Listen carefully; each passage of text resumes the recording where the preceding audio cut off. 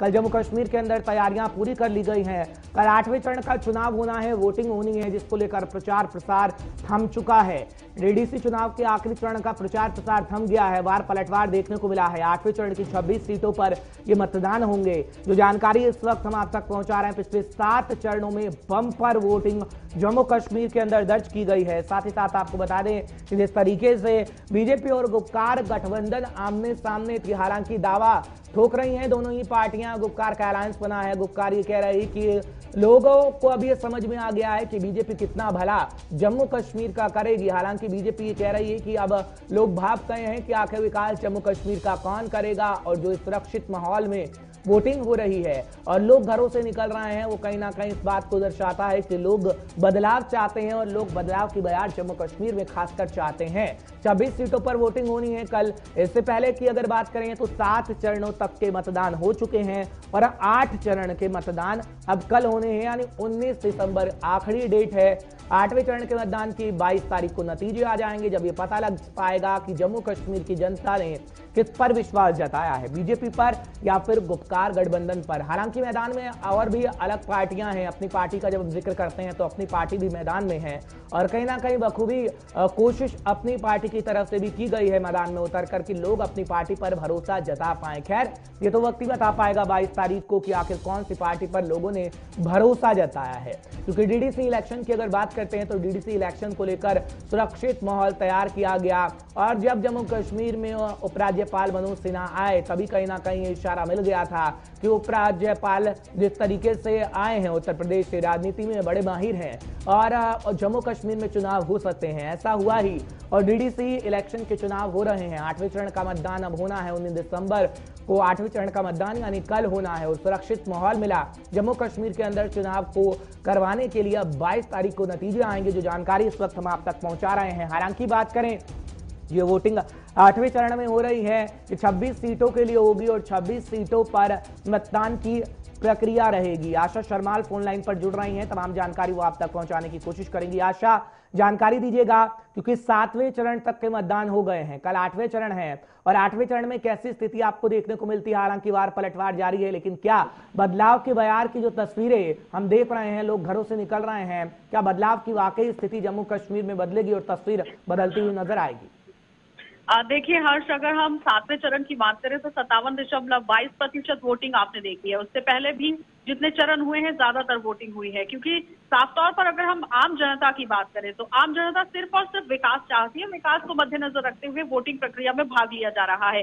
चाहे यहाँ पर आतंकी गतिविधियों को भी अंजाम देने की कोशिश की जा रही है, लेकिन सुरक्षा बल पूरी तरह से डटे हुए हैं। उसके साथ ही साथ आप देखिए कि जो पार्टियां यहाँ पर अपनी कवायद बुनती हुई नजर आ रही हैं, जिसमें गुपकार अलायंस है, साथ ही साथ भारतीय जनता पार्टी है, कांग्रेस है, निर्दलीय उम्मीदवार। लेकिन इस बार अगर हम बोलबाला किसी का देखें तो वो निर्दलीय उम्मीदवारों का बोलबाला जो है वो काफी हद तक देखा भी गया है, क्योंकि जिन पार्टियों की तरफ से नुमाइंदों को टिकट नहीं दी गई है तो निर्दलीय इस वक्त यहाँ पर खड़े हो गए हैं और बहुत बड़ी चुनौती पेश करते हुए दूसरी पार्टियों के सामने दिख रहे हैं। लेकिन अगर सबसे बड़ी बात हम करें कि वोटिंग प्रक्रिया किस तरह से हो रही है, वोट प्रतिशत किस तरह से बढ़ा है। पुलवामा में आप देखिए किस तरह से वोट प्रतिशत जो है वो बढ़ा है। शोपियान इलाके की अगर हम बात करें, जहां पर हर एक गतिविधि जो है वो आतंकियों की तरफ से करने की कोशिश की जाती है, लेकिन वहां पर भी लोग घरों से बाहर निकले, मतदान केंद्रों का रुख किया गया और भारी तादाद। आशा, जो स्थितियां बता रही हैं कि निर्दलीय उम्मीदवार कहीं ना कहीं आगे हैं, लेकिन जो बीजेपी ने जम्मू में खासकर कोशिश की है, और अगर हम बात करें गुपकार की, गुपकार का अलायंस बना, महबूबा मुफ्ती जम्मू के अंदर पहुंची और जम्मू में जो बयानबाजी की गई, क्या उसका असर जनता पे पड़ेगा? क्योंकि जम्मू और कश्मीर को साथ लेकर किसी भी राजनीतिक पार्टी को चलना होगा और जम्मू और कश्मीर की जनता जब तक किसी पार्टी पे भरोसा नहीं जताएगी, जब तक कोई पार्टी मैदान में न उतरेगी ना जीतेगी। तो क्या गुपकार लोगों पर भरोसा जता पाई है, खासकर जम्मू की जनता पर? देखिए, जम्मू संभाग की अगर हम बात करें तो गुपकार अलायंस जो है वो इतना भरोसा जताती हुई नहीं दिख रही थी, क्योंकि आपसी तालमेल जो है वो गुपकार अलायंस के अंदर दिख ही नहीं रहा था। क्योंकि आपसी मतभेद जो है वो नेशनल कॉन्फ्रेंस पार्टी और पीडीपी के अंदर बिल्कुल पूरे तरीके से देखा भी गया। और पिछले दिन तो आपने हर्ष देखा कि पीडीपी से जो सीनियर नेता थे वो भी यहाँ पर किनारा करते हुए नजर आए और जो नेशनल कॉन्फ्रेंस पार्टी है उन्होंने अपना कड़ा रुख इख्तियार नहीं किया। वो अपना स्टैंड सामने रखने के लिए बिल्कुल यहाँ पर नाकाम सिद्ध हुई है, क्योंकि धारा 370 और 35 को लेकर पीडीपी मैदान में कूदी, लेकिन नेशनल कॉन्फ्रेंस की तरफ से कोई भी ऐसी बयानबाजी जो है वो नहीं की गई। उसके बाद नेशनल कॉन्फ्रेंस पार्टी की जो बातें हैं वो निकलकर ये सामने आई कि बहुत ही जल्द अलायंस जो है वो भारतीय जनता पार्टी के साथ कर सकता है। तो जाहिर तौर पर जम्मू संभाग के अंदर अगर इस बार किसी का बोलबाला दिख रहा है तो वो भारतीय जनता और पार्टी आशा, बीजेपी का जब आप जिक्र कर रही हैं, क्योंकि आपने कई इंटरव्यू लिए हैं, अनुराग ठाकुर का जब हम जिक्र करते हैं तो वो कह रहे हैं कि सुरक्षित माहौल मिला और कहीं ना कहीं विकास की बयार हमें देखने को मिली जम्मू कश्मीर में, और विकास की बयार हम जम्मू कश्मीर में खासकर करेंगे। क्या लगता है आपको, कोरोना काल में जो नुकसान हुआ है और जम्मू कश्मीर की जो स्थिति रहती है उसमें जम्मू कश्मीर में विकास किस हद तक हो पाया, वो तस्वीरें हम समय समय पर दिखाते रहते हैं।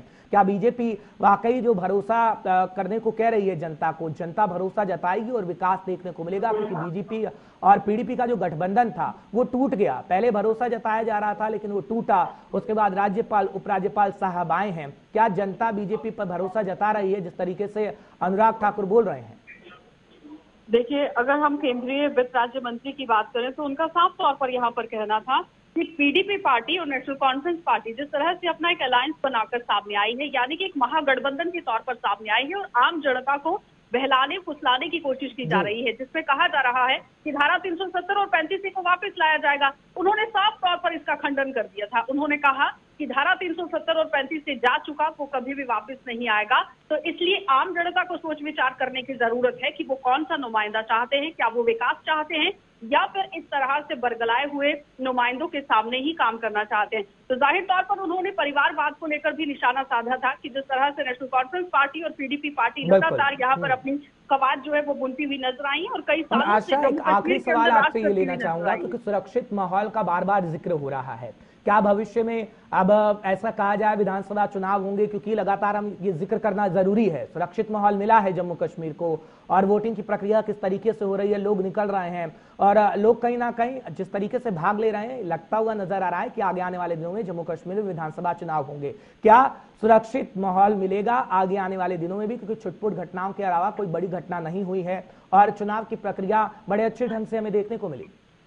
देखिए हर्ष, इसका सबूत कल ही हमने देख लिया कि कश्मीर के अंदर जो भारतीय जनता पार्टी की तरफ से रैली की जाती है उसके साथ ही एक ग्रेनेड हमला भी होता है, लेकिन फिर भी लोग जो हैं वो तिरंगे को लेकर बातचीत करते हुए नजर आए कि तिरंगा आन बान शान है हमारी और हम अपने तिरंगे का सम्मान करते हैं। दूसरी तरफ अगर हम जम्मू संभाग में देखें तो पुंछ इलाके की अगर हम बात करें तो सीमावर्ती क्षेत्र है जहां पर हर दिन सीज फायर का वॉल्यूशन होता है, हर दिन वहां पर पाकिस्तान अपनी नाकामयाब हरकत करने की कोशिश करता है। कल का आप आंकड़ा देखिए, वहां पर 80.12% वोटिंग वहां पर हुई है, यानी कि पुंछ के अंदर बम्पर वोटिंग देखी गई। तो इससे आप अंदाजा ये लगाइए कि जम्मू संभाग और कश्मीर संभाग के अंदर लगातार लोग जो हैं वो सिर्फ और सिर्फ विकास चाहते हैं। 3 टायर सिस्टम जो स्थापित करने की कोशिश की जा रही है, अगर इसी तरह से आम जनता ने अंतिम चरण में भी साथ दिया तो जाहिर तौर पर जम्मू कश्मीर केंद्र शासित प्रदेश का विकास होना लाजमी है। चलिए, बहुत बहुत शुक्रिया आशा, तमाम जानकारी पहुंचाने के लिए, हमारे दर्शकों को अपडेट करने के लिए कि आखिर जम्मू कश्मीर में स्थिति कैसी है। और आशा जिस तरीके से बता रही हैं कि अब जो 8वां चरण होगा तो 8वें चरण में भी वही तस्वीर देखने को मिलेगी जैसे 7वें चरण तक देखने को मिली है। फिलहाल